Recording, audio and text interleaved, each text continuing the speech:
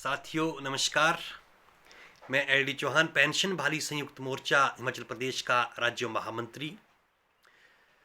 जैसा कि आप सभी को मालूम हो चुका है कि देश के 5 बड़े राज्यों में विधानसभा चुनाव को लेकर अधिसूचना जारी हो चुकी है और उन राज्यों में आदर्श चुनाव आचार संहिता लागू हो चुकी है। साथियों, इन बड़े राज्यों की यदि मैं बात करूं, उत्तर प्रदेश, पंजाब, यहाँ पर पुरानी पेंशन बहाली को लेकर जो भी यहाँ के संगठन है, उन्होंने बहुत ही सराहनीय प्रयास किए हैं। बहुत बड़ी बड़ी रैलियाँ वहाँ पर हुई है। ऐसी कोई मुहिम शायद नहीं बची होगी जो वहाँ पर इस पुरानी पेंशन बहाली को लेकर नहीं चलाई गई हो। साथियों, आप सभी जानते हैं कि उत्तर प्रदेश, पंजाब जैसे राज्यों में पुरानी पेंशन बहाली को लेकर कमेटी का गठन कई वर्ष पहले हो चुका है।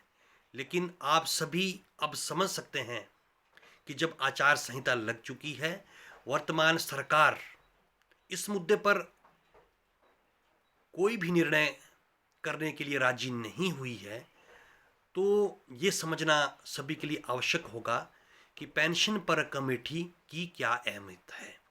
हिमाचल प्रदेश के भीतर भी वर्तमान मुख्यमंत्री माननीय जयराम ठाकुर जी ने उनके दृष्टिपत्र, जो उनके चुनाव घोषणा पत्र में पेंशन पर कमेटी गठन करने का एक वादा था, उसके अनुसार उन्होंने कमेटी गठन की घोषणा की है। और ये बड़े दुख की बात है कि कुछ कर्मचारी संगठन इसको बहुत बड़ी उपलब्धि मानकर इसकी एवज में हमने देखा है कि कुछ कर्मचारियों से, अधिकारियों से चंदाग्राही का कार्य भी प्रारंभ किया गया था। साथियों, पेंशन बहाली संयुक्त मोर्चा हिमाचल प्रदेश बार बार मीडिया के माध्यम से, सोशल मीडिया के माध्यम से कहता रहा है कि पेंशन पर कमेटी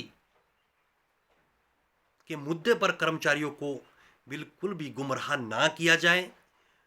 और हमने जो एक मुहिम प्रारंभ हिमाचल प्रदेश के भीतर की है, एनपीएस कर्मी विधायक के द्वार, मेरी गुजारिश रहेगी सभी कर्मचारी संगठनों से, कर्मचारियों से कि इस मुहिम के तहत आप अपने संबंधित विधायक से एक निर्धारित ड्राफ्ट के साथ ज्ञापन उन्हें सौंपे, उनसे चर्चा करें और उनसे मांग करें कि जो अभी बजट सत्र प्रारंभ होना है फरवरी माह में, उसमें पेंशन पर एक प्रस्ताव लाया जाए, उस प्रस्ताव को पास किया जाए और पुरानी पेंशन बहाली के मुद्दे पर आर या पार का निर्णय इसी सत्र में लिया जाए।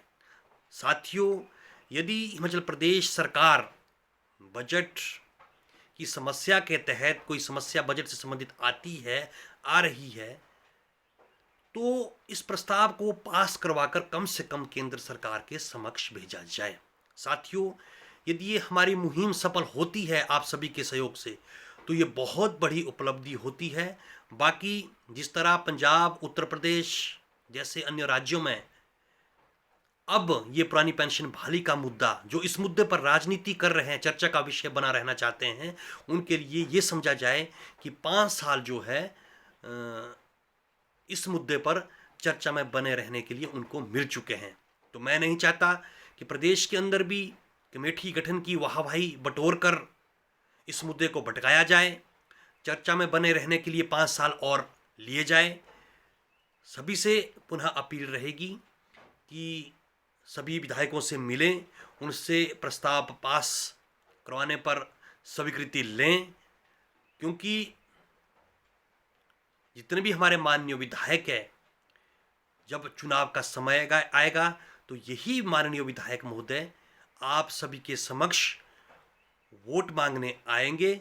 उस वक्त यदि इन विधायकों ने पेंशन पर कमेटी गठन को दरकिनार कर एक प्रस्ताव पास करने में आप सभी की, हम सभी की मदद की होगी, तो हम खुले मन से इनका समर्थन भी करेंगे और कर पाएंगे। साथियों, जय हिंद। अंत में आप सभी से मेरी गुजारिश रहेगी कि पेंशन पर कमेटी के मुद्दे के तहत इस मामले को लंबा खींचने और चर्चा में बने रहने की नीति और नीयत को छोड़कर एनपीएस कर्मी विधायक के द्वार मुहिम पर बढ़ चढ़कर कार्य करें। यही एक माध्यम है। अगर पंजाब और उत्तर प्रदेश जैसे राज्यों में ये मुहिम चली होती तो शायद कम से कम यदि पुरानी पेंशन बहाल ना हुई होती तो इस पर प्रस्ताव पास होकर केंद्र सरकार को गया होता और हमारा फिर एक ही फोकस रहता, सभी मिलकर हम केंद्र सरकार पर दबाव बनाते। आगे लोकसभा के भी चुनाव होने हैं तो उस पर हम इनको बखूबी जवाब भी दे पाते। जय हिंद, जय भारत।